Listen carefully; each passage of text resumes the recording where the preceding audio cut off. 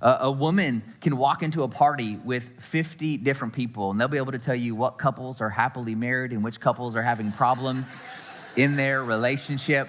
They pick up on the subtle relational dynamics that are happening. Men are oblivious to relational dynamics. Men will not even be able to tell you who is married to who. They will have no clue whatsoever.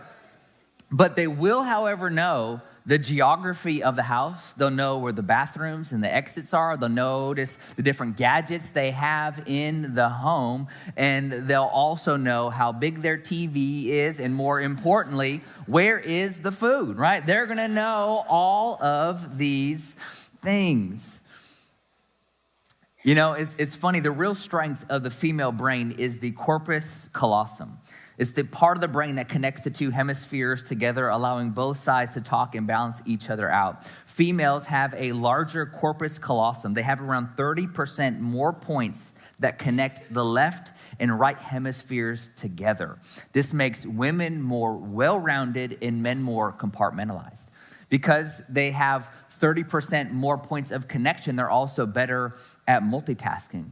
They can switch back and forth between different things. Men aren't great at multitasking. We're kind of good at one thing and only one thing, right? A woman can have a baby on their hip, talk on the phone, and cook dinner at the same time. Guys can't do that, all right? If we are talking on the phone and driving, we have missed 37 exits. And once we realize that we're lost and we've missed our exit, what do? Turn the radio off. Why? Because we can't navigate and listen at the same time. Have you noticed that? Like, anytime we're driving, we need to, all right, hold on. We got to turn it off. We can't do two things at one time, right? Because, you know, women can kind of take in more information. There's more communication going between the two sides. Women are often better at making decisions. And if you've been married for an extended period of time, I'm sure you've experienced this. Husband says, let's do this. Wife says, I don't think this is a good idea. He goes, no, it's going to be great. Trust me. And so he goes forward and makes that decision. What happens? Turns out to be a bad decision. The reason why she knew it was a bad decision was because women are more intuitive. All right, they evaluate more information before making a decision. So it's important for men to listen to their wives. Thank you for the one super passionate person in the back that got really excited. They're like, yes, listen to me. All right. On the other hand, men are more compartmentalized. They're able to focus in on one thing for an extended period of time. They have more mental endurance. This is why men are often high achievers, because they're able to focus in on one thing and perfect it. They're able to focus in on one thing until that thing becomes successful. And so women aren't good at focusing on one thing. I realized this when my wife and I were moving a couple years ago. And so the way, you know, I pack up my house to move is I go into one room and I pack up that room. And then I go to the next room and I pack up that room. That is not how my wife moves. No, she just opens up hundreds of boxes in each room and then walks around and just throws a couple of things from every single room into a different box. And it drove me absolutely crazy. That was the greatest test our marriage had ever gone through. I'm like, can you just stay in one room and do it? She couldn't do it, right? I'm like me, man. I just focus in on one thing until I get that thing done. So there are some downsides to having more sides of your brain communicating and the ability to multitask. Because men's brains are more compartmentalized, it's easier for them to make decisions. I have an exercise I want everyone to do here. I want everyone to participate. I need everybody in the room, raise your left hand. All right. Put your hands down. Statistics say that 50% of all the ladies had to think about which hand was their left hand before they raised it. And you are laughing because you know you just did that, right? Some of you are like,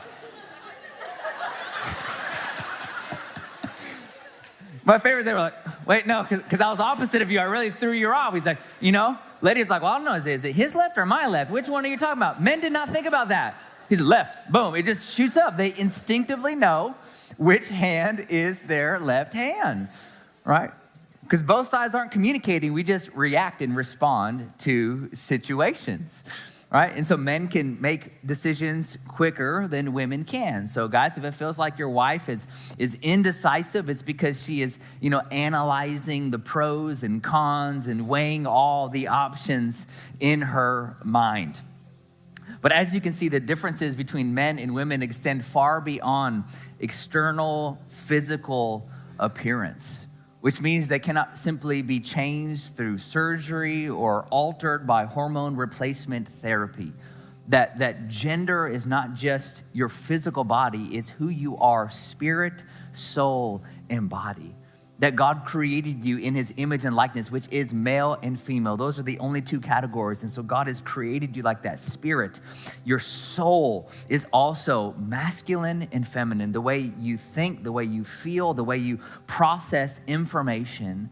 And then your biology, your physical body, how God has wired you. This thing about being male and female is woven into the fabric of your entire being, not just your physical appearance. It determines how you see and interact with the world around you, and more importantly, how you relate to and fulfill God's purpose for your life. Because how God created you, your gender, and all the different things that come with being male and female were wired into your calling. They are anticipatory signs of who God created you to be and what God created you to do. And on top of the specific thing that God created you to be and the gifts that come from being male and female, God's plan is that boys would become men, men would become husbands, and that husbands would become fathers. God's plan is that girls would become women, that women would become mothers, wives first, and then mothers. Let's get the order right, sorry. They become wives and then mothers, right? That's God's plan. And so God's plan for your life is gender specific. The Bible says in Psalm 139 that before God formed you in the womb, that he wrote a book about your life. But everything that he created you to do was written down in that book.